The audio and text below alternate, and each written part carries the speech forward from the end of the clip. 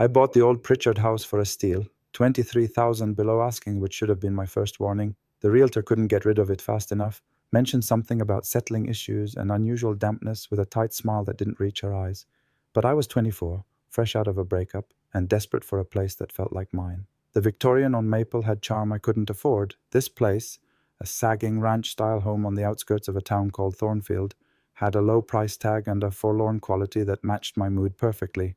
What I didn't know, what nobody told me, was that the previous owners hadn't left because of divorce or debt. They'd left because of what lived under the floorboards.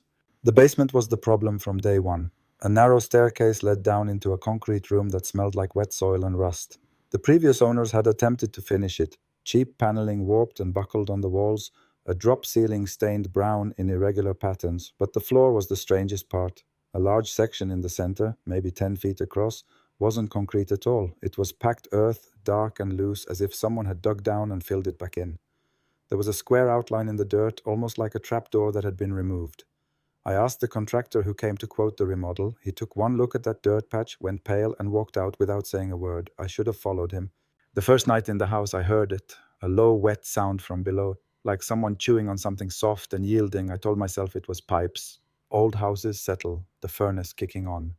But at 3:47 a.m., the sound changed. It became rhythmic, deliberate, a slow, steady thump against the dirt floor of the basement, like a heartbeat rising through the foundation. I lay in bed, staring at the ceiling, my own heart pounding so hard I could feel it in my throat. The thumping stopped when the first grey light seeped through the curtains. I didn't sleep. I spent the next day convincing myself it had been a dream, stress, a house settling. But I knew it wasn't. I started sleeping on the couch. The sounds grew bolder, scratching now from beneath the basement door, long scraping sounds like nails dragging across the inside of a coffin. I checked the door every morning, but it was always closed, always locked. I'd locked it on my first day before I'd heard anything. A reflex, now I couldn't bring myself to open it. The scratching grew louder each night, and I noticed something worse. The dirt was rising. By the end of the first week, a small mound had formed in the center of the earthen patch, pushing the concrete lip aside like something was trying to force its way up through the floor of the world.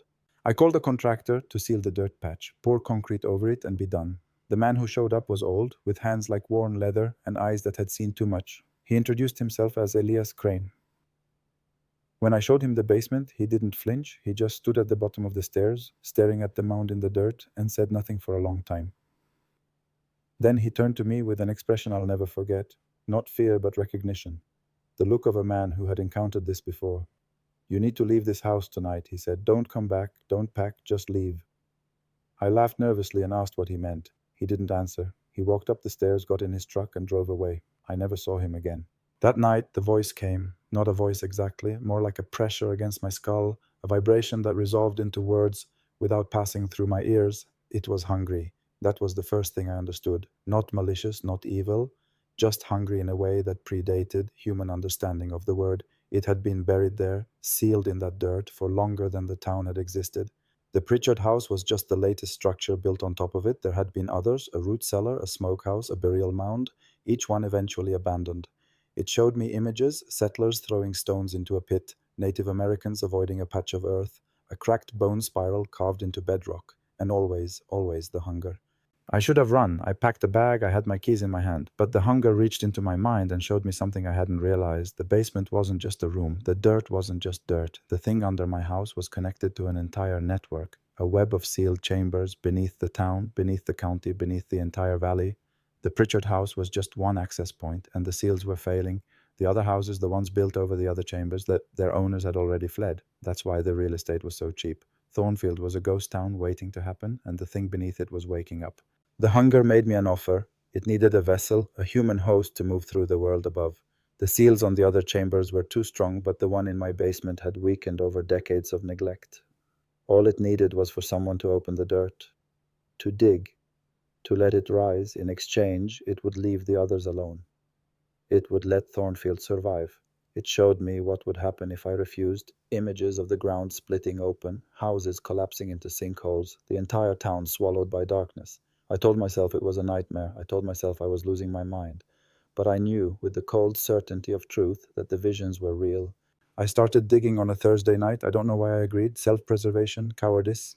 The desperate hope that if I gave it what it wanted, it would stop whispering. I took a shovel from the garage and descended the basement stairs for the first time in a week. The mound in the center of the dirt patch had grown. It was almost 3 feet high now, pulsing slightly, as if something beneath was breathing.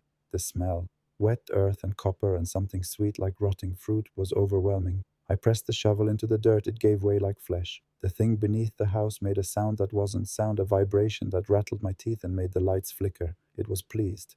I dug for hours. The hole deepened and strange things emerged from the dirt. Bones, but not human. They were too long, too thin, jointed in ways that didn't match any animal I knew. Fragments of pottery covered in spiral patterns I'd seen in the visions. A rusted iron key, fused to a rock by decades of mineral seepage. And deeper still, a change in the soil. It became darker, hotter. Steam rose from the hole as I worked, carrying an odor that made my eyes water and my stomach turn. Around midnight, my shovel struck something that wasn't dirt. It was smooth, organic, warm. I dropped the shovel and stumbled backward, my hands shaking so badly I couldn't grip the railing. What I uncovered was not an animal, not a body. It was a surface, smooth, dark, glistening like wet obsidian. It curved in a way that suggested immense size, as if I had only exposed a tiny fraction of something enormous. I touched it. My fingers came away wet with a fluid that was neither water nor oil. It was warm, almost body temperature. The thing in the basement pulsed beneath my hand, and the hunger filled my mind with gratitude so overwhelming I fell to my knees. I had opened the way. The vessel was ready. All it needed now was to rise. The ground beneath me trembled. Cracks spiderwebbed across the concrete floor, and from the hole a sound emerged, a low, resonant sigh, like the exhalation of something that had been holding its breath for centuries. I ran. I don't remember climbing the stairs or grabbing my keys. I came to in my car, 3 miles down the road, parked on the shoulder with the engine running. The sky was gray with pre-dawn light, and the world looked normal. Trees, road, distant houses with porch lights on. For a moment I thought I'd escaped.